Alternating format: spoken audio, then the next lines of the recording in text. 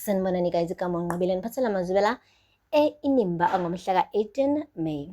Guys, namhlanje-ke umndeni wakoNgcukana noBhikitsha bebekade behleli-ke lapha etafuleni bedla i-breakfast. Bekubonakala kodwa ukuthi ku-tense njengoba nje u-Azande ekhona phela naye endlini. Kubonakala ukuthi phela ubhuti uney'celo uZoleka ahluleka ukuthi ayifeze.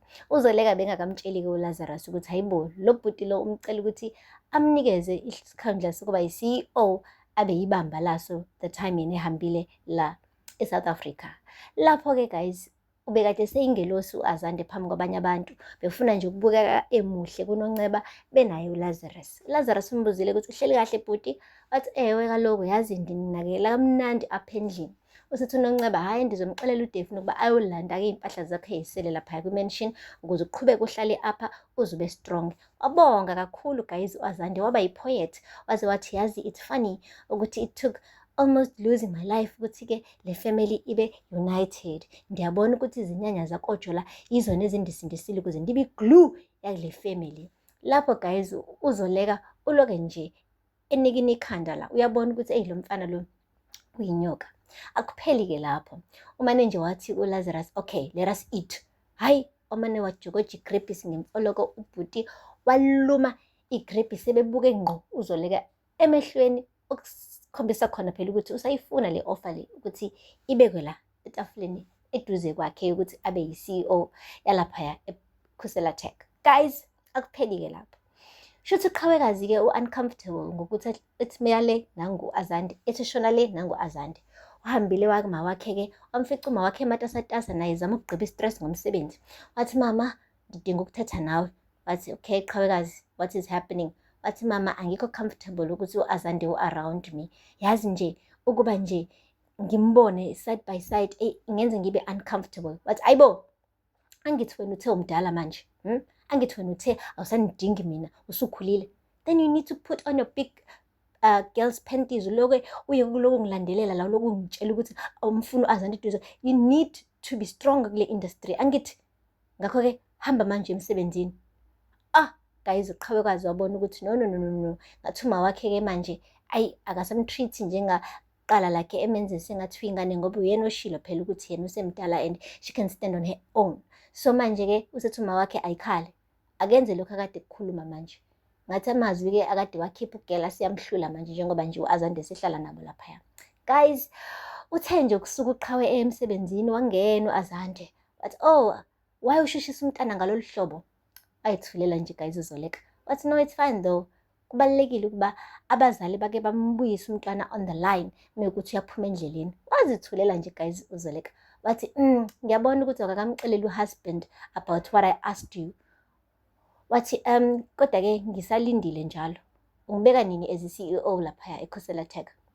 Wamane wathi uZoleka, honobuphambene bhuti. Ucinga ukuba mina ndingathatha inkampani yami ndinikeze inkwenkwe? Kuyacaca ukuthi ngesikhathi uwalapha kwi-swimming pool i-chlorine ike yahlamba nengqondo yakho wena, ndiyakubona. Leya inkampani, it's not a playground.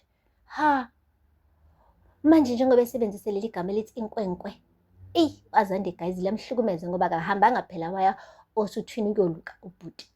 Uthe suka lapho wathi ubiza mina ngenkwenkwe. Wathi ewe kaloku khomba into noma yinye nje into ekhombisa ukuthi wena uyindoda. Wathi uyabona, uzoyenza lento endithi yenze okanye mina uzomxelela umama. Wathi uzomxelela ntoni? Wathi ukuba andiphushwanga nguwe, ngaphushwa nguqhawe laphaya kwi-swimming pool, and ndine-sure ukuthi mmeke sayithatha lento sayise court, uqhawe uzospenda 10 to 15 years laphaya ejele. Uzophulukiswana nguye futhi, again uzomluza uqhawe. Waqala uZoleka wathi susa-ke igama lomntanakhe emlonyeni wakho ngoba meke waqhubeka uloku uphatha igama likaqhawe uzongithola kahle. I hope ready ngizokwenza ntoni. Wathi no, I am ready. The question is, are you ready Zoleka? Because from where I stand, umuntu osengxakini la nguwe, hayi mina. Hayibo guys, confidence ka-Azande. Akupheli-ke lapho, uZoleka uhambile-ke waya kunonceba, ufuna ukutholisisisa kahle phela ukuthi ngampela umuntu owenza icala elikanje isigwebo sakhe sima kanjani. Uthe nonceba, angeke ngibuze sisi, mengase kuthiwa u-Azande ugcina eseyangibophisa mina ngokumphusha lapha ephulini. Kungenzekani? Wathi no, don't worry. Ubekuxelile nje u-Azande ukuthi asoze into ayise laphaya e-court. Phela siyifamily thina. It was an accident. Wathi no, ngiya-understanda leyo nto, but sendiyatsho nje ukuba if he changes his mind, what are we looking at here? Wathi oh yeah, phela la we're looking at i-attempted murder. And usually ama-cases akanjalo sike siqale sibheke ukuthi ngabe wayengayivimba yini leyo nto ukuthi umuntu ayenze or yayiyinhloso yini noma cha, but we're looking at 10 to 15 years in jail. Eyi, wabona ngampela uZoleka ukuthi no, Qhawe is in danger here. Angase ngampela aye ejele for ukuthi aphushe u-Azande. Nangoku uLazarus-ke guys uyayibuyela badle emzini wakhe, uba lavi-davi nonkosikazi wakhe, uyamtshela ukuthi they need to take a break and go for a getaway nyana, bethi koshaya umoya. Usethi uZoleka, getaway? No, we've got bigger fish to fry. Wathi, what do you mean? Wathi u-Azande. Wathi u-Azande? Wathi yebo. U-Azande ufuna ngimnikeze isihlalo sokuba yi-CEO njengoba nje ngithi ngizohamba. Wathi hayibo, you must be joking. Wathi no, I'm not joking.